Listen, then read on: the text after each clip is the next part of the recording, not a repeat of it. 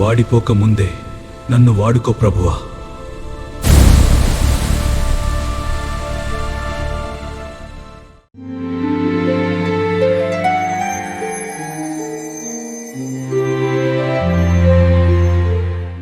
మన ప్రభువును మన రక్షకుడు అయిన యేసుక్రీస్తు నామమున అందరికీ వందనాలు, దేవునికి స్తోత్రాలు.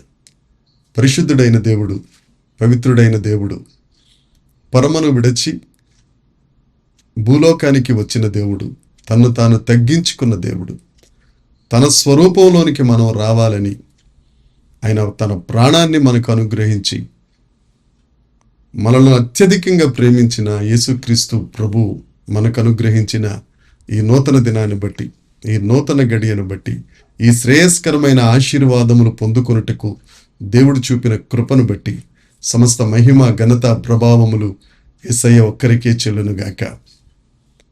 ఆ సర్వాధికారి అయిన దేవుడు ఈ నూతన దినములో మనకు అనుగ్రహించిన పరమవాక్య ధ్యానము, కృపావార్త, పరమగీత గ్రంథము 4వ అధ్యాయము 9వ వచనము. నా సహోదరి ప్రాణేశ్వరి, నీవు నా హృదయమును వశపరుచుకొంటివి, ఒక చూపుతో నా హృదయమును వశపరుచుకొంటివి, నీ హారములతో ఒక దాని చేత నన్ను వశపరుచుకొంటివి. దేవునికి స్తోత్రం కలుగునుగాక, దేవునికి మహిమ కలుగునుగాక. దేవుని యందు అత్యంత ప్రియమైన దేవుని ప్రజలారా, నిన్నటి దినమున ఇదే ధ్యాన వాక్యములో ఉన్న నా ప్రాణేశ్వరి సహోదరి అనే మాటను గురించి ధ్యానించడానికి యేసుక్రీస్తు ప్రభువు మనకు కృప దయచేశారు. ఈ దినమున వధువుతో ఆయన చెబుతున్న మాట, నీవు నన్ను ఆకర్షించావు, ఒక్క చూపుతో నా హృదయమును నీవు వశపరుచుకొంటివి అనే లేఖనాన్ని మనం చూడగలుగుతున్నాం. సంఖ్యాకాండము 21వ అధ్యాయం 4వ వచనం నుంచి 9వ వచనం వరకు చూడగలిగితే, పాత నిబంధన గ్రంథంలో జీవిస్తున్న ఇజ్రాయేలీలు తాపకరమైన సర్పముల చేత వారు కాటు వేయబడి ప్రాణాలు విడుస్తున్న పరిస్థితులలో మోషే దేవుని దగ్గరికి వెళ్ళి ప్రాధేయపడినప్పుడు, ప్రార్థించినప్పుడు దేవుడు మోషేతో చెప్పిన మాట, ఒక ఇత్తడి సర్పమును నీవు చేసి దానిని పైకెత్తుము, ఎవరైతే దానిని నిదానించి చూస్తారో వారు ఆ చనిపోయే పరిస్థితి నుంచి కాపాడబడి జీవిస్తారు అన్న చెప్పిన మాట ప్రకారం ఆ ఎత్తబడిన ఇత్తడి సర్పమును చూచిన వారందరూ బ్రతికినట్లుగా నమ్మదగిన లేఖనాలను మనం చూడగలం. క్రొత్త నిబంధన గ్రంథంలో యోహాను సువార్త 3వ అధ్యాయం 14వ వచనము 15వ వచనము గనక మనం గమనిస్తే, ఆ మ్రాను పైన ఎత్తబడిన యేసుక్రీస్తు ప్రభువుని మనం విశ్వాసముతో చూచినట్లయితే నిత్య జీవితమును పొందుకుంటాం. పాత నిబంధనలో మరణిస్తున్నవారు ఒక్క చూపుతో ఆ ప్రభువు ఆకర్షింపబడి వశుడైపోయి పోయిన ప్రాణాన్ని తిరిగిచ్చిన ఆ సందర్భమును మనము గ్రహించి, క్రొత్త నిబంధన గ్రంథంలో మ్రాను మీద వేలాడుతున్న సిలువ వేయబడిన యేసుక్రీస్తు ప్రభువు వైపు మనము విశ్వాసముతో మనము చూచినట్లయితే పాతాళమును తప్పించి నిత్య జీవితమును అనుగ్రహించుటకు ఒక్క చూపుతో మనం చూస్తే మనకు వశమైన దేవుడు యేసుక్రీస్తు ప్రభు. మన ఒక్క చూపుకు ఆకర్షణ చేయబడిన దేవుడు యేసుక్రీస్తు ప్రభు. యెషయా గ్రంథము 45వ అధ్యాయం 22వ వచనం చూస్తే, బూదిగంత వాసులారా నా వైపు చూచి రక్షణ పొందండి. ఇది ఎంత గొప్ప పిలుపు, ఎంత గొప్ప ఆహ్వానం.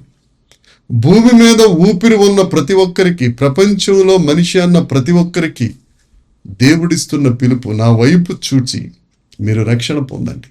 ఆయన వైపు చూస్తే చాలు, రక్షణ అనుగ్రహించే గొప్ప దేవుడు యేసుక్రీస్తు ప్రభువే. ప్రియమైన వారులారా, మన చూపు ఎవరి మీద ఉంది? యేసుక్రీస్తును మనం చూస్తున్నామా?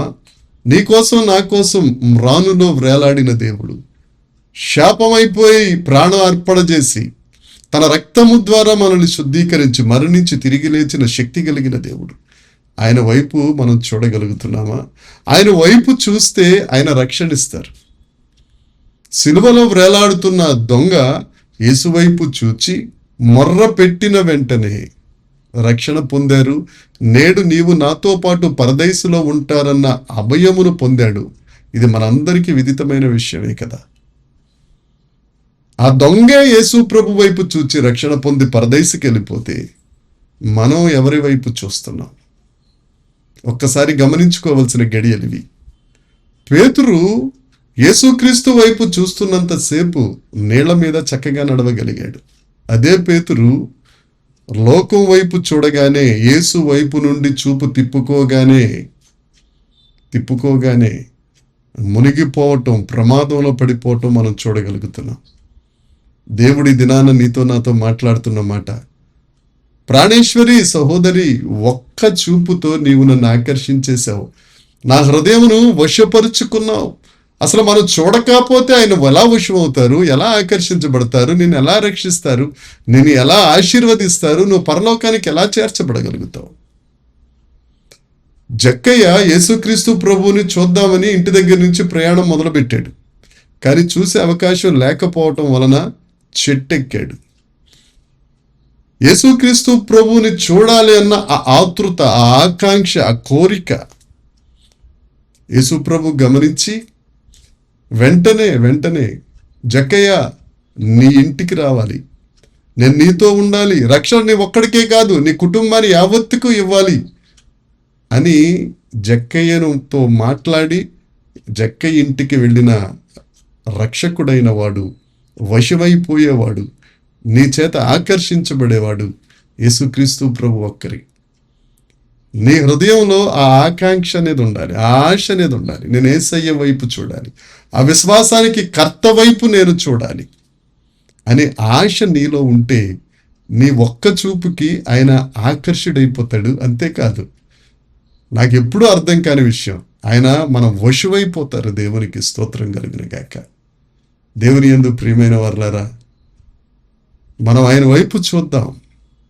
ఆయన వైపు చూసినట్లయితే ఈ లోకంలో ఉన్న బ్రతికినంతకాలం ఆత్మీయ సంబంధమైన జీవితంలో ఆశీర్వదించబడతాం.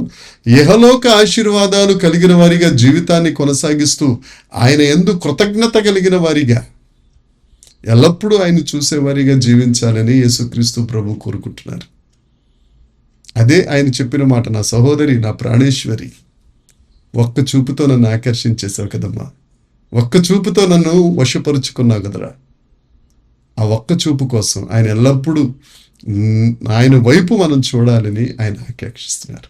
ఆయన మీద గురి నిలపాలని, ఆయన గమ్యంగా చేరుకుని ఆయన దగ్గరికి వెళ్ళిపోవాలనేది ఆయన ఆశపడుతున్నది.